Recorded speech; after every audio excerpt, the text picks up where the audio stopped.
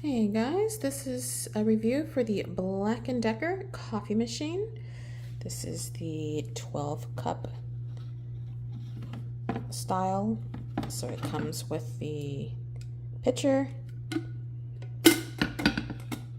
and the water tank is here, and it shows you how much water you have, and of course the on button, you can program it to come on at a scheduled time, and of course you can mess with the hour and minutes there.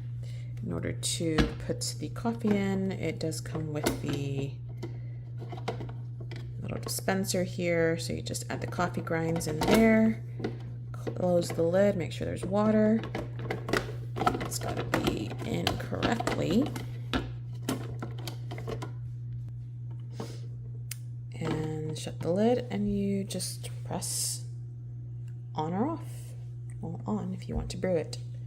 Overall, very easy to use, reliable coffee machine if you are in the market for one.